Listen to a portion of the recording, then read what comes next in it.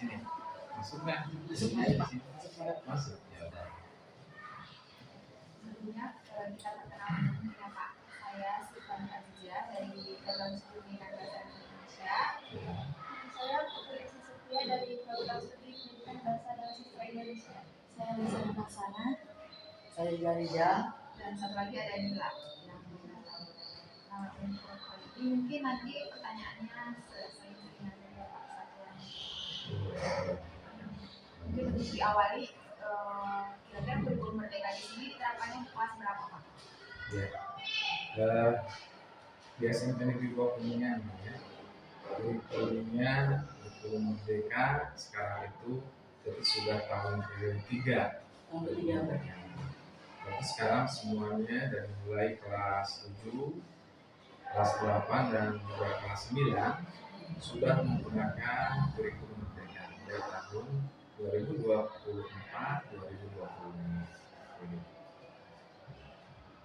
Selanjutnya gimana pandangan Bapak tentang kurikulum merdeka? Ya, baik. Kurikulum merdeka sesuai dengan ini ya,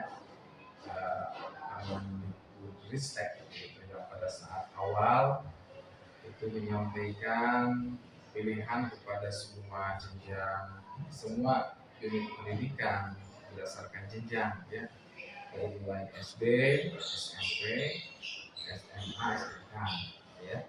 Itu memberikan penawaran berupa pilihan pada kurikulum merdeka belajar, kurikulum merdeka berubah, gitu ya, dan juga kurikulum merdeka sendiri, gitu kan, merdeka belajar, merdeka berubah.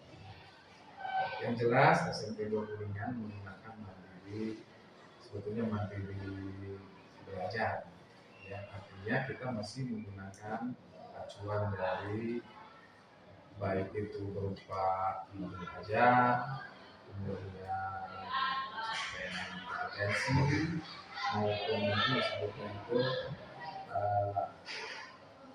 semua komponen terkait muatan kurikulum masih mengacu kepada peraturan dari kementerian.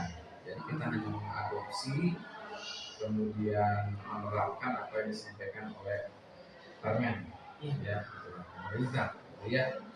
Jadi menurut kita sekolah ya, bahwa sekarang kita menerapkan kurikulum merdeka. Kurikulum merdeka itu sesuai dengan tadi peraturan pemerintah yang menginginkan bahwa kita itu memberikan pembelajaran yang merdeka belajar ya. Kita harus ada inti utama dalam merdeka belajar, kurikulum merdeka. Artinya memberikan keleluasaan sebetulnya hampir sama dengan kurikulum 2013. Hanya perbedaannya itu adalah kurikulum merdeka itu memberikan betul-betul keleluasaan kepada murid untuk mengembangkan setiap potensi dirinya masing-masing. Karena semua murid memiliki keunikan, memiliki potensi, memiliki bakat, minat secara individu. Sehingga dengan adanya kurikulum merdeka itu memberikan peluang kepada mereka untuk masing-masing mengembangkan dirinya sendiri sesuai dengan potensi yang dimilikinya. Nah, seperti itu. Kita juga seperti itu di SMP 2 Kuningan.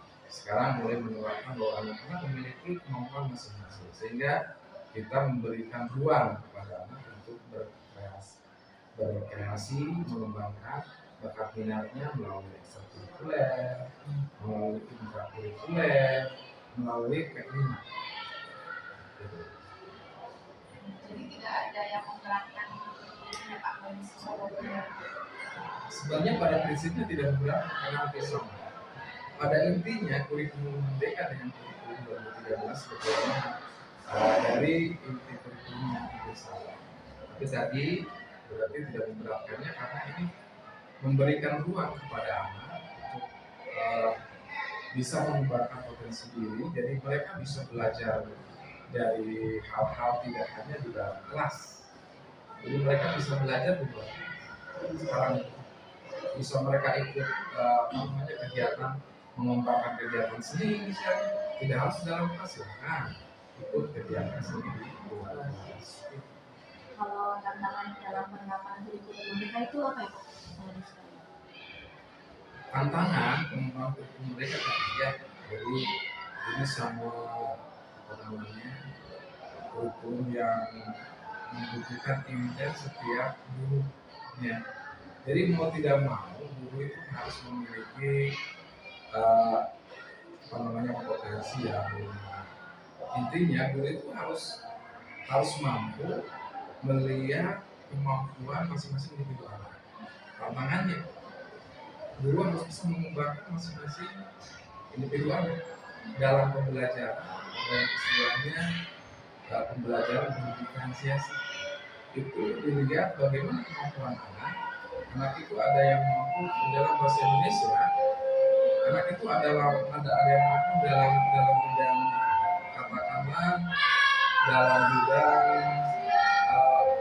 kinestetik misalnya, kemudian dalam bidang auditorik misalnya, dalam bidang visual misalnya, maka guru harus tantangan guru itu harus bisa membedakan anak mana yang dia itu mampu dalam bidang auditorik, gitu kan? Dalam dia mampu hanya mendengar tapi dia bisa menyerap materi pelajaran.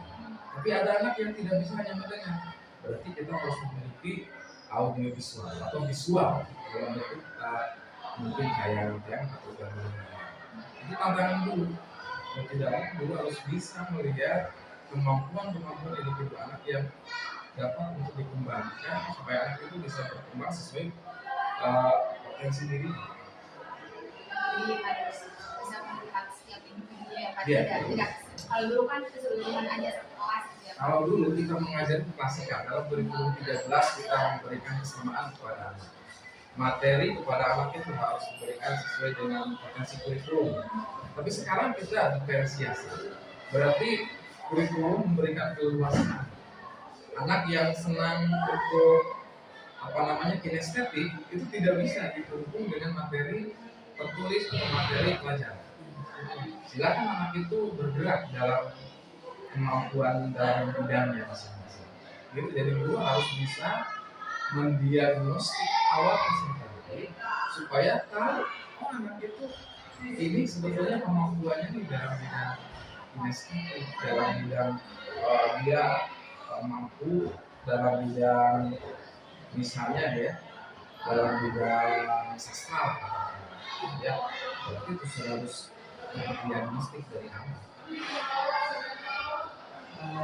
Apa saran Bapak untuk meningkatkan efektivitas kurikulum merdeka menghadapi tantangan saat ini? Ya, jadi dengan kurikulum merdeka sebenarnya kita baru ini sebetulnya ya. Baru dengan tahun ketiga ini berarti kita sekarang sudah memulai pemahaman tentang implementasi kurikulum merdeka atau UKM ya, implementasi kurikulum merdeka. Artinya penerapan kurikulum merdeka ini memang sudah mulai sekarang benar-benar di semua sekolah, tapi ada yang baru kelas 7 dan kelas 8 yang sudah sampai di kelas 9 itu ada beberapa sekolah, mungkin SMP 1 Kuningan dan SMP 2 Kuningan yang sudah 3 tahun. Sehingga menurut kita ya, untuk bisa mengefektifkan kurikulum merdeka berarti bagaimana sekolah itu bisa menentukan kebijakan-kebijakan supaya nanti memberikan ruang kepada anak-anak untuk belajar secara mandiri, memberikan kesempatan kepada anak ya untuk mengembangkan dirinya dalam berbagai bidang. Kita kenal istilahnya itu dengan student agency. Artinya siswa itu harus diberikan kesempatan untuk menjadi pemimpin, siswa itu diberi kesempatan untuk menjadi pembelajar pada dirinya sendiri. Dan itulah bagaimana supaya pembelajaran itu bisa, maka kita coba sekarang memberikan ruang-ruang kepada anak itu untuk eh, belajar belajar itu dalam kehidupannya, kemudian persiapkan untuk kehidupannya. Apalagi sekarang itu di sini ya, di SMP 2 Kuningan itu kita punya SN sepeda dunia. Ini lebih, saya kira lebih efektif untuk sekolah SMP 2 Kuningan karena kita punya pengajar dari Amerika Serikat, pengajar bahasa Inggris kan dari Amerika Serikat, sehingga efektivitas yang bisa kita lihat adalah bagaimana ini membangun anak itu diberikan kesempatan. Siapa yang senang untuk mengembangkan diri, ya, dengan potensi-potensi diri itu kan ada dua potensi yang harus dikembangkan di sini. Yang pertama bahasa, yang kedua teknologi. Jadi efektivitas kurikulum merdeka itu sebetulnya memberikan keluasan bagaimana berteknologi yang baik, bagaimana menggunakan bahasa yang baik. Bahasa untuk memahami bahasa dunia, mau tidak mau kita minimal akan memahami tentang bahasa Inggris, bahasa Indonesia. Jadi bagaimana sekarang untuk kemampuannya untuk bisa memahami, menerapkan, menggunakan bahasa Inggris. Ya, sehingga kita ada namanya English Day. English Day itu ada setiap hari Rabu. Semua siswa, semua guru, semua warga sekolah menggunakan bahasa Inggris dalam kegiatan sehari-hari. Yang kedua, teknologi. Efektivitasnya, bagaimana kita mengembangkan kemampuan teknologi anak. Makanya di SMP 2 Kuningan penggunaan handphone itu dianjurkan, bahkan kalau bisa itu tidak setengah wajib kepada anak untuk mampu menggunakan berbagai aplikasi di handphone. Bahkan ada kegiatan pembelajaran yang mewajibkan anak itu menggunakan handphone. Ya. Pada saat pembelajaran yang menggunakan media aplikasi, ya, menggunakan media internet, gitu kan, berarti anak begitu menggunakan handphone. Tapi ada kalanya handphone itu disimpan ketika kita melakukan sesuatu yang tidak harus anak itu melihat dari handphone, gitu. Sehingga kita aktivitasnya punya yang dengan lokal sekolah. Di setiap kelas itu ada lokal. Jadi kalau nanti guru mau bilangnya, sebelum ulangan itu, misalnya ulangannya pakai paper, ya, maka handphonenya disimpan di dalam dosis aman. Tetapi pada saat pembelajaran yang menggunakan handphone teknologi, maka handphonenya diambil dari anak. Pada saat ulangan, misalnya anak itu menggunakan media handphone, maka yang akan digunakan sebagai media untuk ujian. Masih seperti itu kita laksanakan. Dan itu menurut Bapak efektif. Tidak mengganggu pelajaran. Tidak mengganggu, kalau kita mengganggu kita simpan dulu.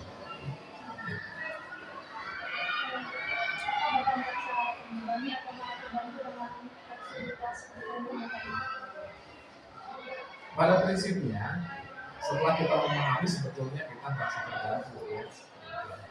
Walaupun pada awal-awalnya memang kita sebagai guru untuk sebagai pimpinan, ya. Tapi dengan pemahaman yang baik, bagaimana kita memberikan pembelajaran yang betul-betul berpihak pada murid, ya. Berarti dengan adanya kurikulum merdeka itu sebetulnya membantu guru. Karena sekarang itu guru tidak harus betul-betul memberikan pembelajaran itu secara satu arah. Artinya guru menjelaskan, menerangkan, memberikan materi kepada anak. Sekarang itu justru kita menggali materi yang berasal dari anak. Menggali, memberikan inspirator kepada anak untuk mencari materi-materi yang mereka inginkan sesuai dengan bakat dan minatnya. Jadi itu sebetulnya. Jadi berpusatnya pada siswa ya Pak ya? Jadi sekarang itu harusnya berpusat pada siswa, tidak lagi dulu itu mendikte. Jadi sekarang itu anak diberi kebebasan. Kita datang ke kelas, kemudian kita mengkondisikan ruang kelas, kemudian kita tinggal membagi apa sih kelompok mana yang senang terhadap materi katakanlah tadi audio, mana anak yang senang kepada visual, mana anak yang senang kepada katakanlah kinestetik, gitu ya. Maka kalau ada yang tekstual, kalau dalam bahasa senangnya pada teks membaca, gitu kan. Nah kalau begitu sudah dikelompokkan, kita berikan materi itu sesuai dengan keinginan mereka.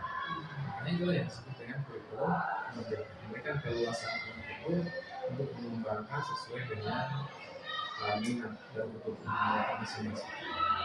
Jadi meskipun anaknya berbeda-beda, jadi gurunya tidak terbebani harus menyiapkan beberapa juga.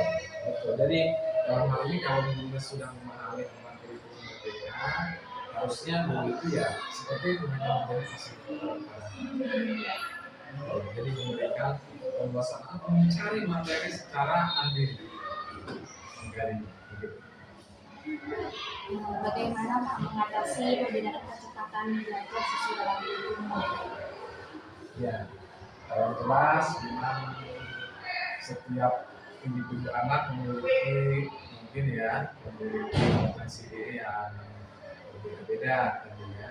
Ada anak katakanlah yang memiliki kepandaian yang lebih, ada anak yang memang itu kurang.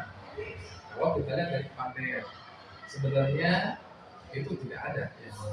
Anak itu semuanya sama, hanya tadi ada anak yang bisa hanya mendengar paham, ada anak yang harus dijelaskan melalui visual, baru dia ya. Jadi dengan kurikulum merdeka ada anak yang memiliki keterbatasan dalam hal sebetulnya itu adalah membantu anak yang kurang pemahaman dalam belajar. Jadi yang sedang belajar, kalau Bapak di dalam kelas ya, itu biasanya ini anak-anak kita bisa menggolongkan anak-anak yang kemampuan bacanya rendah, kemampuan bacanya sedang, kemampuan bacanya tinggi. Nanti yang rendah itu nanti kita kolaborasikan, oh ini anak rendah, jangan digabung dengan yang rendah. Nanti kita kolaborasikan, semuanya ada yang rendah, sedang tinggi dalam satu kelompok. Nanti kelompok tinggi itu memberikan pemahaman kepada kelompok yang rendah, namanya kelas saya. Sehingga ini akan lebih mengena kepada anak untuk saling belajar secara mandiri, secara interaktif antar siswa dengan siswa, sehingga bahkan ini membantu guru untuk memahamkan materi-materi yang mungkin anak lebih lambat dalam pemahaman.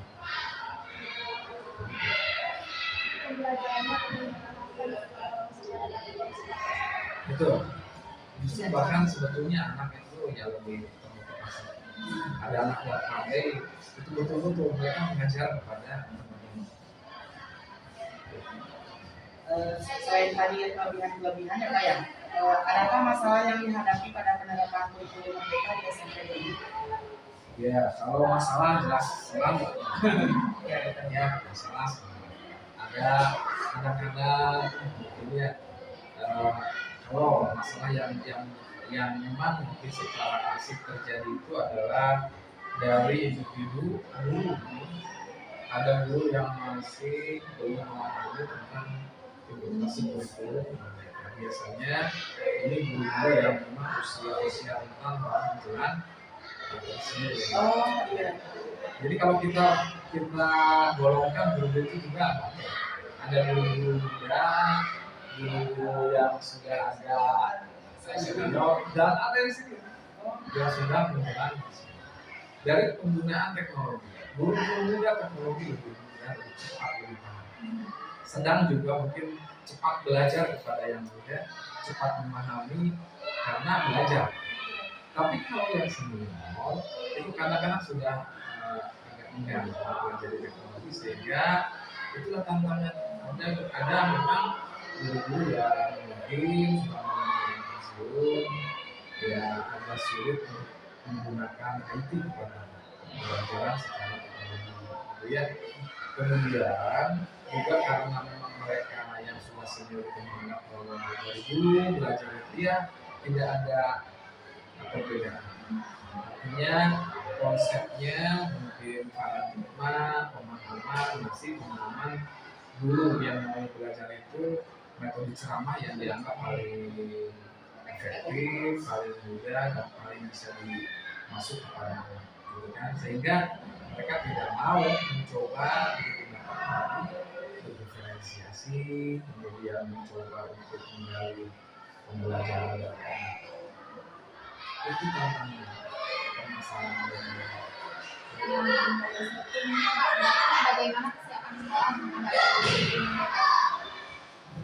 kesiapannya jelas kita yang awal-awal dulu ya kita ada MGMP pada saat tahun pertama berarti 2 tahun yang lalu ya berarti 2023 pada saat kelas 7 dulu mereka itu guru kelas 7 mendapatkan implementasi kurikulum merdeka atau KM baik dari pengawas, dari mentor itu ya, dari guru yang sudah memahami dari dulu tentang kurikulum mereka ikut BMBM.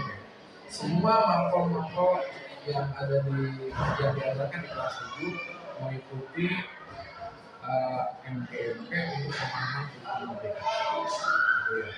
Kemudian ada juga kita mengikuti seminar, kemudian mengikuti katakanlah mungkin sosialisasi baik dari berbagai media sosial, media online itu untuk menanamkan bagaimana sih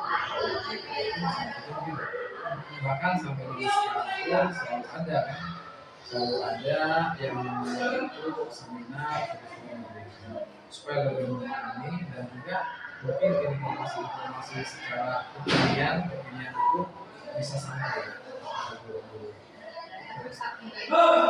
Betul. jika ada yang bisa diterapkan dari dulu,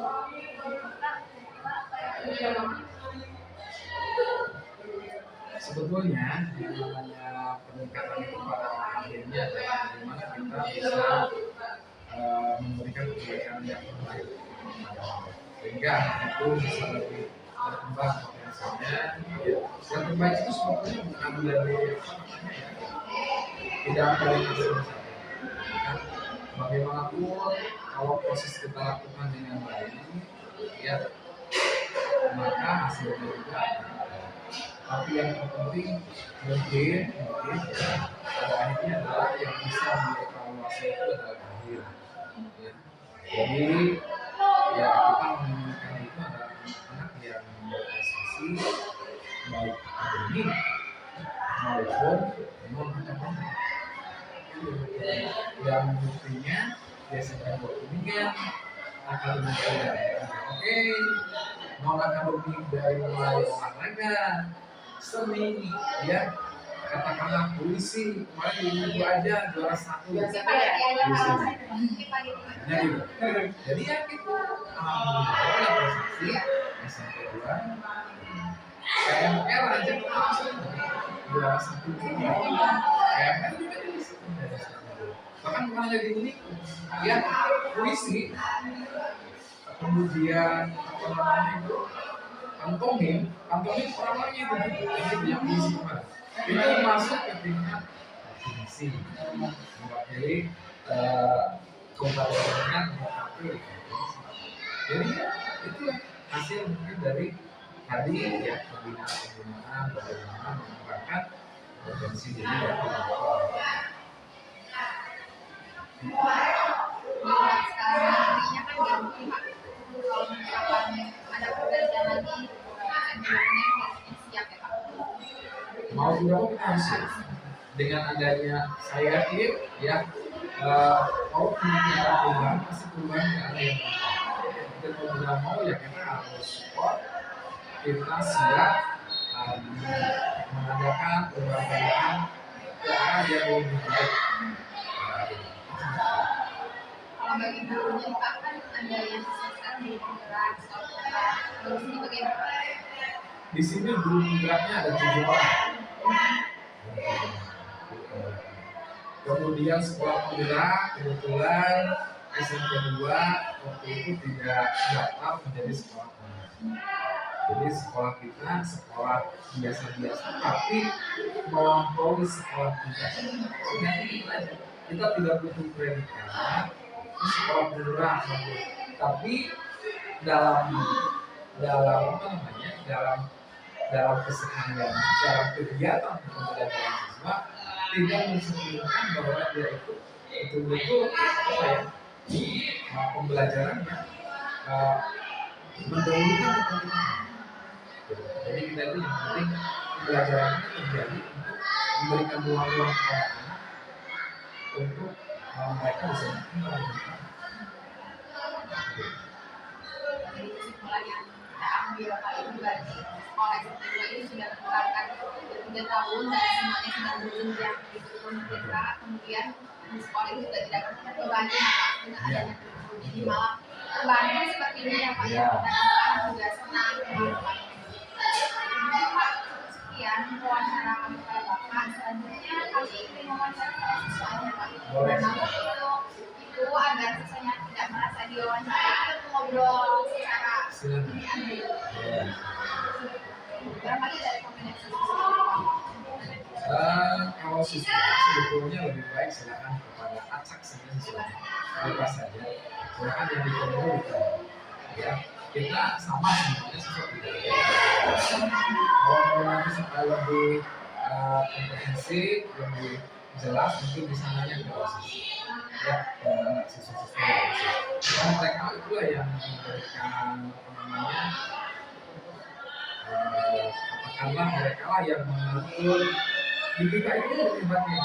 OSIS saja sudah mengatur semua kegiatan yang di sana. Jadi silakan ya OSIS, boleh langsung ke anak OSISnya.